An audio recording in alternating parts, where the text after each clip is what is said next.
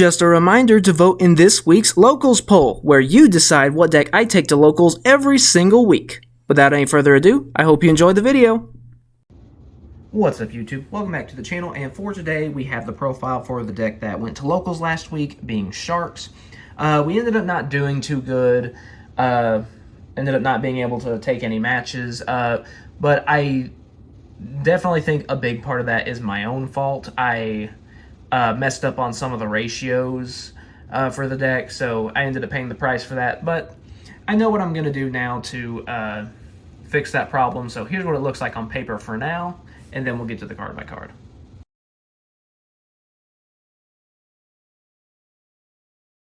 Alright, so starting off with our monsters, we of course have 3 copies of Abyss Shark, and then 2 copies of Crystal Shark.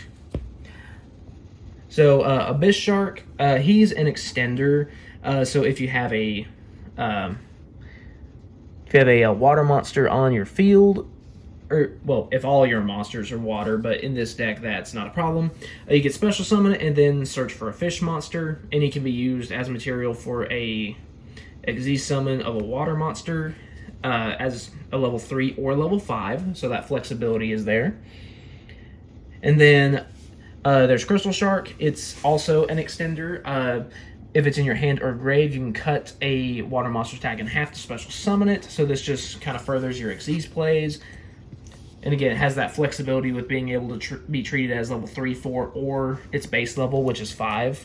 So being able to basically use it for literally anything is really, really nice.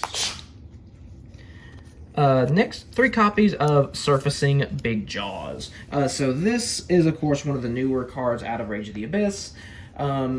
It can serve as a starter or extender, because it can special summon itself if you've activated a spell that turn.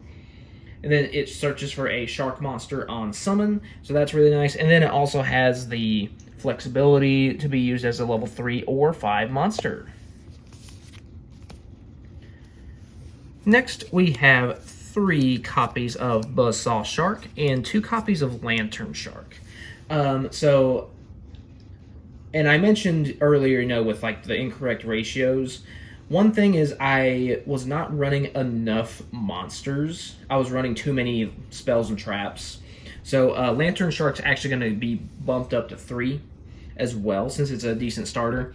But for Buzzsaw, you can target a monster you control, special summon a fish from the deck with the same level, but it can't activate its effects. So this is really nice just for getting the extra body on field. And then again, this one can be used as a level 3 or 5 as well. So that's really, really nice.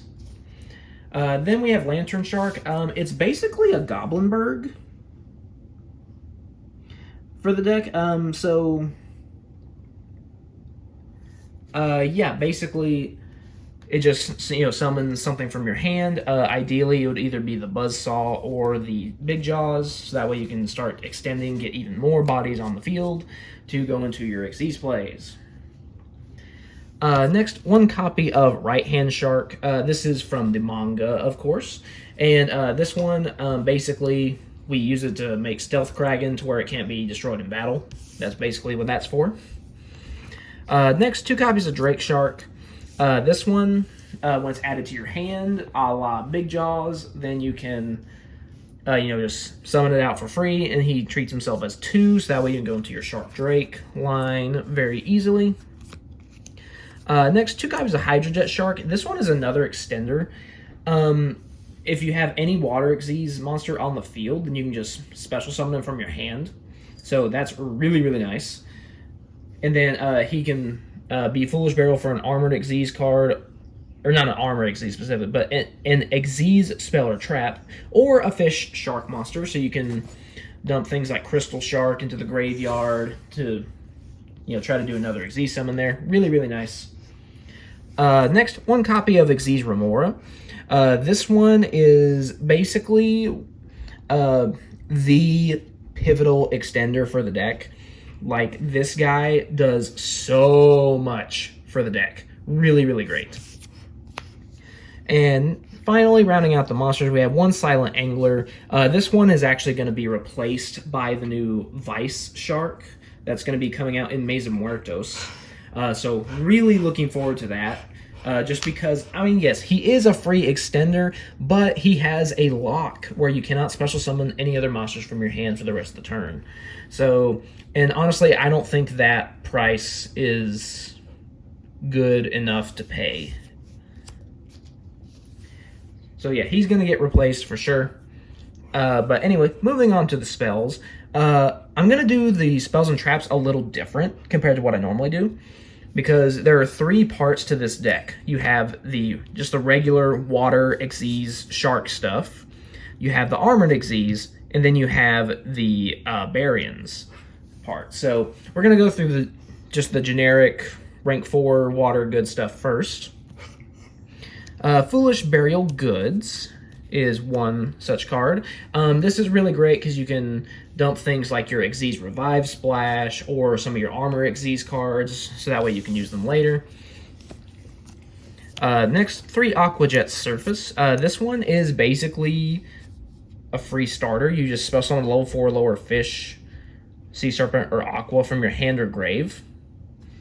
So, like, that's so nice. Just being able to just immediately just boop. Next, for the generic traps, or well, I say generic, but you know what I mean. We got Virtue Stream and Xyz Revive Splash. This one is basically an Icarus attack, and this one, it can revive a rank 4 lower Xyz in your grave, but we mainly run it for its graveyard effect, where we can quick effect rank up. Alright, so next we're going to go into the Armored Xyz portion. We've got 2 Xyz in Trust in order to, search out whatever we want. 1 Reincarnation Unveiling Mail to give our monsters extra protection and to trigger the Dark Knight Lancer.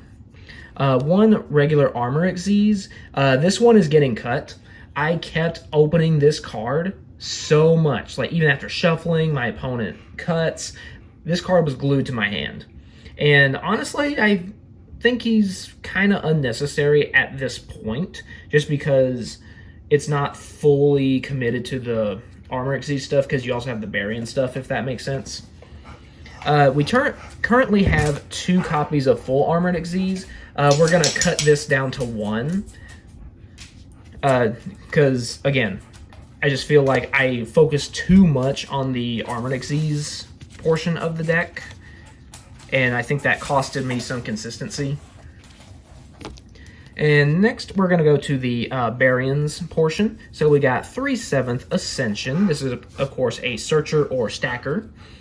1 field spell, Baryon Untopia, that will pair with our number C101. 1 Baryons Chaos Draw. This is a really cool card. Really like it. And then 1 7th Eternity, of course, to pair with our C101. So that is it for the main deck. Now we're going to go to the extra deck. And I have this organized in the same manner as well.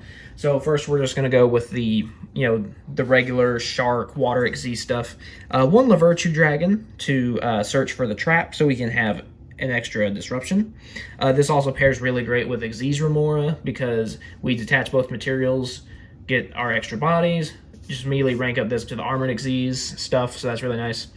1 Stealth Kraken and 1 Stealth Kraken Spawn. Of course, just to try to get more damage there. 1 Full Armored Utopic Ray Lancer. Despite the name, it doesn't have any direct synergy with the Armored Xyz cards, so that's why I have it here, despite the name. This serves as a just blanket. Your opponent is minus 500, and then it negates everything in the battle phase, so that's really nice. Next, 1 copy of number 37. I really like this card. I know some people don't, but I personally really like it. So if you didn't want to run this, then you could just run a 3rd Kraken Spawn. So there's that. And then, of course, we have our Shark Drake package, the number 32 and the C32, just so we can try to, either OTK or disrupt our opponent with its effects. And we also have 1 final card that I couldn't get to fit on the screen, being Valiant Shark Lancer. This one is just another pop. Next, moving on to the Armor Xyz package in the extra deck. We have, of course, one each of the Full Armor Dark Knight Lancer, the Fortress, and the Torpedo. So these guys, they focus on equips, of course, and getting benefits from that. And finally, rounding out the extra deck, we have the Baryon portion. We have the Nash Knight along with the CXC's Nash Knight. I included these here just because of the direct synergy they have with 101 and C101. Because ultimately, like you can end on Nash Knight just as a disruption. So that's fine. You technically don't have to go into this and then into this. But I really like to do that, especially paired with the 7th Eternity or the Baryon Untopia. So just having that flexibility to be able to do that and have our Silent Honor Dark in rotation is really, really nice. So, yeah, that is it for the deck profile. I hope you enjoyed. Like I said, some of the ratios are going to get changed up, especially regarding the Armor Xyz cards.